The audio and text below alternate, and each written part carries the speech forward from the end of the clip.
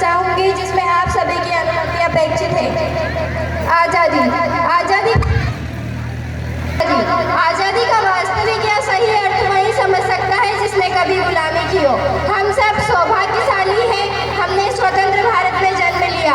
यूं तो आज़ादी की लौ सन 1857 में ही चल चुकी थी, जिसने वर्षाल बनकर 1947 में हमारे देश को आज़ाद कराया।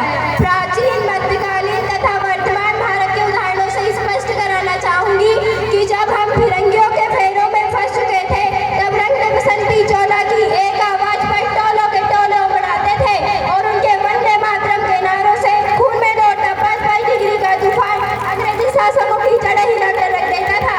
लोग मर जाते थे, मिट जाते थे, फांसी चढ़ जाते थे, तब वो भी अपनी देशभक्ति साबित कर रहे होते थे, क्योंकि उस दौर की देशभक्ति की कसौटी भी यही थी। उसके बाद 62, 65 और 71 के युद्धों में अपना सुहाग गवा देने वाली औरत जब घर के हालात हो जाया करते थे कि प्यार भी भरपूर गया, मांग का सिंदूर गया, नन्हे नौनी हालों की लंगोटियां चली गई, छोटी छोटी बेटियों की चोटियां चली गई, बाप की कमाई गई, भाई की पढ़ाई गई, ऐसा एक विस्फोट हुआ पता ही चला नहीं कि जिस्म की सारी बोटियां चली गई। और आपके लिए तो एक आदमी मरा है साहब, मेरे घर की तो रोटियां चली गई, मेरे घर की तो रोटियां चली गई। इस तरह पूरा परिवार अपने देशभक्ति साबित कर रहा होता था। तब देश बलिदान मांगता था, तब देश लड़ जाने, मिट जाने, फांसी चढ़ जाने को कहता था।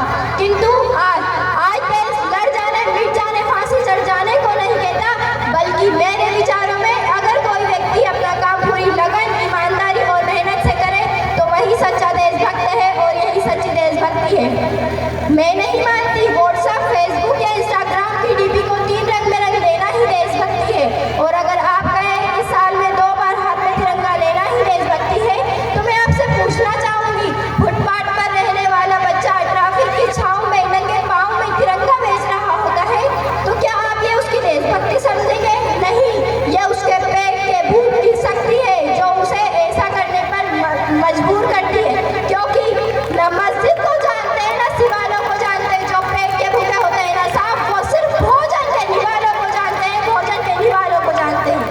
अपने परिवार, अपने समाज, अपने देश के प्रति समर्पण का भाव है देशभक्ति। और हर देशद्रोही के जीवन में आने वाला तूफान है देशभक्ति, ताकि हर देशद्रोही ये समझ सके, अगर तू परिंदा है तो ये आसमान तेरा है, अगर तू दरिंदा है तो ये शमशान तेरा है, भाईचारे से रहना है तो रहे इस जमीन पे, वरना कब्र भी तेरी है और ये कब्रिस्तान भी तेरा है, ये कब्रिस्तान भी तेरा है।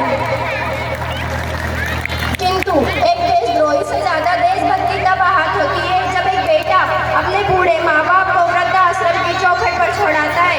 करा उठती है वो देशभक्ति जब हम मुसीबत में फंसे लोगों की जान बचाने के बजाय सेल्फी लेकर अपने लाइक बढ़ाने में लगे होते हैं। और मैं बता दूं, महिला सुरक्षा में आज भी हम चौथे नंबर पर आते हैं। हमारे ऐसे समाज में जीते हैं जब पत्थर की मुहूर्त में लगते हैं 56 भोग और भूखे नंगे तड़पते सो जाते हैं लोग। मजदूर को मजदूर समझिए, मजबूर नहीं, गरीब को काम दीजिए, दान नहीं, और दान देने के इतने ही इच्छुक है तो जीते जी रक्तदान दीजिए और मरने के बाद दान देकर किसी मरते को जीवन दान दीजिए। यही सच्ची देशभक्ति है और यही सच्चा देश प्रेम है। किंतु एक बेचारी बीमारी हमारे समाज में मुझे नजर आती है।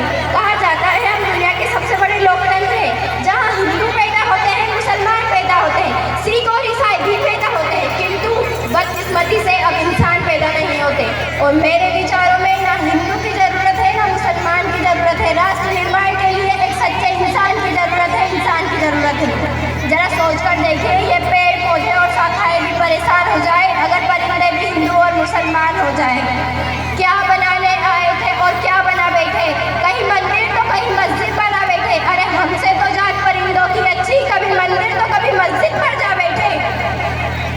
और मेरे विचारों में राष्ट्र निर्माण तभी संभव होगा जब महिलाओं की पूजा नहीं, इज्जत की जाएगी। राष्ट्र निर्माण तभी संभव होगा जब स्वच्छता भारत अभियान में सरकार ही नहीं, सड़क पर चलता हर व्यक्ति हाथ बढ़ाएगा, स्वच्छ भारत, स्वस्थ भारत को दिल से अपनाएगा। बड़ी बड़ी बातें नहीं, छोटी छोटी कोशिशें